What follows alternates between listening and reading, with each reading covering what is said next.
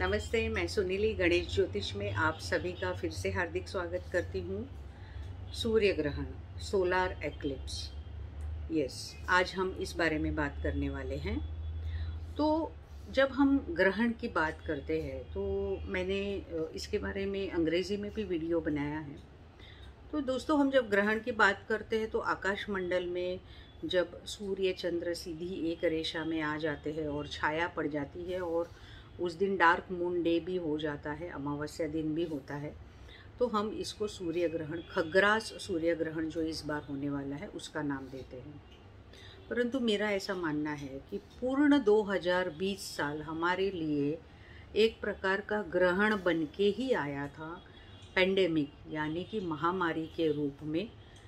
जो हमारे कर्मफल है, मनुष्य इतना स्वार्थी बन गया, इतना खुद के ही चौखट में रहने लगा कि कई बार हम सभी से इतनी गलतियां हो जाती है, या तो फिर जाने अनजाने में हम सभी इतने अपने में व्यस्त हो जाते हैं कि हमें आसपास के कुदरत की चिंता ही नहीं होती। कुदरत के बनाए हुए नियम, जहाँ पर प्राणी जीव कीटक मात्र सभी लोग आते हैं, और हम जब उनकी अवहेलना करने लगते हैं, उस समय जो कुदरत है वह न्याय को अपने हाथ में ले लेती है।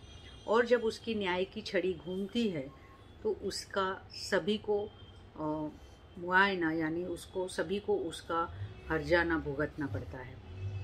मेरा ऐसा मानना है कि ये जो महामारी का संकट हम सभी के ऊपर आया है वह उसी का एक रूप है कि भगवान ने हमें बोला है कि ये ग्रहण तो होता रहेगा, सूर्य ग्रहण, चंद्र ग्रहण के बाद सूर्य ग्रहण होता है, फिर से चंद्र ग्रहण हो गया, खग्रास होगा, खंडग्रास होगा।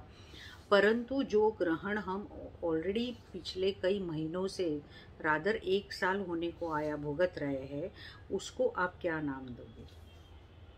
तो एक अच्छी बात ये भी है कि ऑलरेडी अभी इसका वैक्सीन आ रहा है, इसके मामले में काफ़ी अभी पॉजिटिविटी आ गई है। ब्रिटेन, अमेरिका में इसके बारे में इसका जो वैक्सीन्स है वो भी, इम्यूनाइजेशन जो है इसका, वो दिया जा रहा है। और भारत में भी बहुत जल्द इसका निर्माण होकर भारत में ऑलरेडी सभी को ये मिलने की शुरुआत होने वाली है। परंतु आज सूर्य ग्रहण की बात बोलने से पहले, जो कोई लोग इस पृथ्वी पर कोरोना की महामारी की वजह से या किसी भी वजह से जो लोग दिव्य आत्मा को प्राप्त हो गए, उन सभी के लिए हाथ जोड़ के हमारी तरफ से बहुत सारे हीलिंग्स और बहुत प्रार्थना है कि उन सभी को सद्गति मिले और उनके परिवार को भगवान इतनी स्वस्थ संपन्नता दे कि आगे चल के उनके जीवन में किसी प्रकार का दुख ना आए। तो दोस्तों, यही नोट के साथ हम आज बात करेंगे सूर्य ग्रहण के बारे में।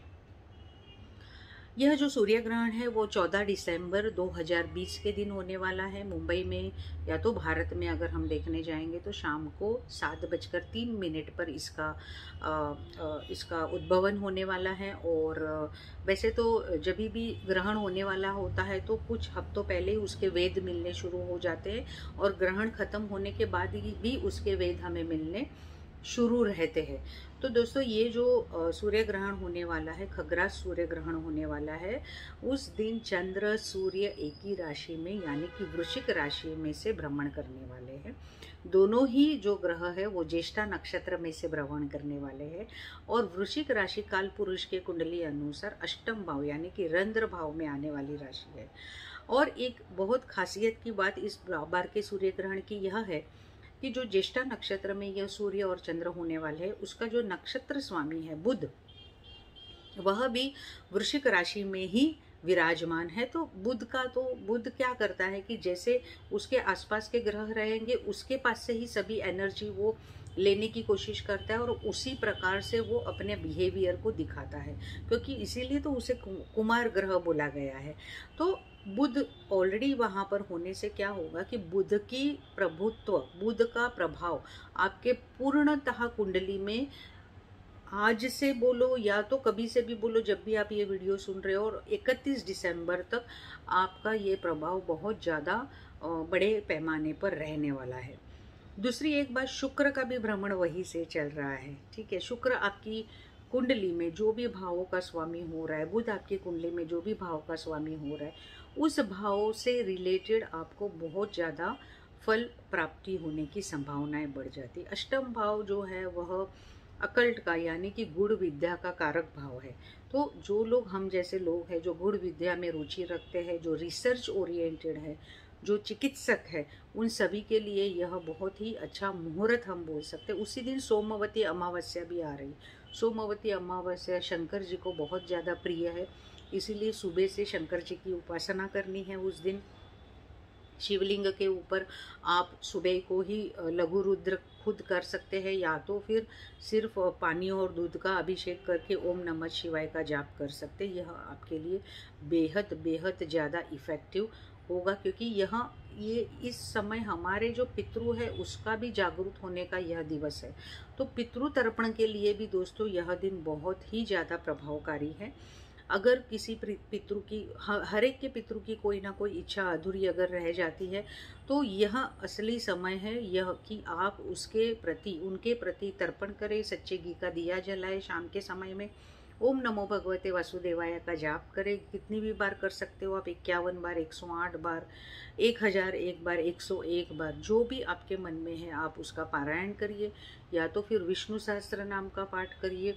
और उस दिन कुंजिका स्तोत्र, सिद्ध कुंजिका स्तोत्र का पाठ करना बिल्कुल मत भूलिए। शनि जो कि ऑलरेडी इस धर्म चक्र में, यानी कि जो अभी काल चक्र चल रहा है, जो ट्रांजिट चल रहा है, गोचर चक्र चल रहा है, उसमें शनि भी धार्मिक गुरु के साथ विराजमान है, जो इस ग्रहण के घर से तीसरे घर में ऑलरेडी विराजमान है। तो जिन लोगों की 7.5 चल रही है, जिन लोगों को शनि की महादशा चल रही है, उन्होंने खास करके दशरथ कृत श्री शनि स्तोत्र का पठन अवश्य करना। यह एक दिन की बात नहीं है, यह 31 दिसंबर तक आप लगातार इसको कर सकते हो और आपके लिए बहुत अच्छा रहेगा। आपके रुके हुए काम है, कोई हर्डल्स है, पितृ तर्पण है, या तो फिर कहीं ना कहीं हम बोलते हैं कि हमारा भाग्यस्थान लॉक है लेकिन चाबी गुम हो गई है, तो ये की टू सक्सेस है। देखो, कोई जादू वगैरह होता नहीं है, या तो ये कोई अंधश्रद्धा नहीं है, परंतु ये हमारी एक धार्मिक मान्यता है। हम पुरातन से यह ग्रहण फॉलो करते आ रहे हैं। हालांकि यह ग्रहण बहुत ज़्यादा इस बार बहुत ज़्यादा मायने नहीं रखता है। हमें किसी प्रकार के बहुत बड़े बड़े पालन नहीं करना है कि बाहर नहीं जाना है, ये नहीं करना है, या तो आकाश में नहीं देखना है, परंतु सीधे सीधे तौर पर अगर हम लोग इस सोलार इक्लिप्स यानी सूर्य ग्रहण के दिन पर अगर उपवास रख सकते हैं, आपकी शारीरिक क्षमता अनुसार फलाहार लेकर, दूध का आहार लेकर अगर आप उपवास रख सकते हो, तो ज़रूर आप उपवास कीजिए। उस दिन पर व्रत रखिए, आप ज़रूर फलों का नैवेद्य भगवान जी को अर्पण कीजिए जब ये ग्रहण छूट जाता है। इसीलिए हम लोग बोलते दे दान छूटे ग्रहण। तो दान करना बहुत ज़्यादा आवश्यक हो जाता है। इस दिन आप धान्य का दान कर सकते हैं। सोमवती अमावस्या है इसीलिए, और जल तत्व राशि में यह ग्रहण होने जा रहा है, इसीलिए दूध, पानी, फल, रस भरे फल, इन सभी का डोनेशन अगर आप जो भी ज़रूरतमंद लोग हैं उनको ज़रूर आप करिए, क्योंकि उस दिन मंदिर में तो प्रवेश आपको होने वाला नहीं है, लेकिन आप ज़रूर ग्रहण छूटने के दूसरे दिन यानी कि 15 तारीख को मिडनाइट और 14 तारीख की रात यानी 12:20 तक, रात के 12:20 तक ग्रहण की मुक्ति हो जाने वाली है, और यानी कि 15 दिसंबर आ जाने वाला है। तो आप 15 दिसंबर के दिन भी ये सब काम कर सकते हैं। आप दान, धर्म, तर्पण सब कुछ कर सकते हैं। दूसरी एक बात है कि 15 दिसंबर के दिन भी आप यह सेम सब जो भी रेमेडीज़ है, जो भी उपाय है, वो ज़रूर कर सकते हैं। सूर्य, चंद्र, शुक्र, केतु और बुध, ये सभी ग्रह वृश्चिक राशि में उस दिन विराजमान है, तो कितना सारा भारी वो घर बन रहा है। तो ये स्पिरिचुअल एनलाइटनमेंट यानी कि आपके अंदर का दैवी तत्व जागृत करने के लिए बेहद ही खास दिन है। यह दिन आपको अगर कोई नए मंत्र की शुरुआत करनी है तो दोस्तों आप अवश्य इस दिन से करिए। कोई नई पुस्तक पढ़नी है, या तो गुरु चरित्र का पाठ करना है, या तो दुर्गा सप्तशती का पाठ की शुरुआत करनी है, या किसी भी प्रकार के धार्मिक पुस्तक की वाचन की शुरुआत आपको अगर करनी है, तो आप ज़रूर इस दिन का शुरुआत लेकर, इस दिन का मुहूर्त लेकर आप ज़रूर इसको कर सकते हो। उस दिन ध्यान रहे कि आप कम से कम 1 घंटे का मौन व्रत भी रख सकते हो, ताकि आपकी ऊर्जा आप में ही बहुत ज़्यादा हद तक समाई रहेगी। दोस्तों, सूर्य ग्रहण सोमवती अमावस्या उसी दिन है, तो ज़रूर आप शिव जी का, जैसे मैंने शुरुआत में बताया, ज़रूर आप शिव जी की उपासना करिए। तो ये था सूर्य ग्रहण के बारे में। अगली बार हम कोई नया विषय लेकर आपके सामने हो जाएंगे हाजिर। तो मेरी चैनल को सब्सक्राइब करना बिल्कुल ना भूलें। और जैसे मैं हमेशा बोलती हूँ, सबका मंगल हो। मे ऑल बी ब्लेस्ड। नमस्ते।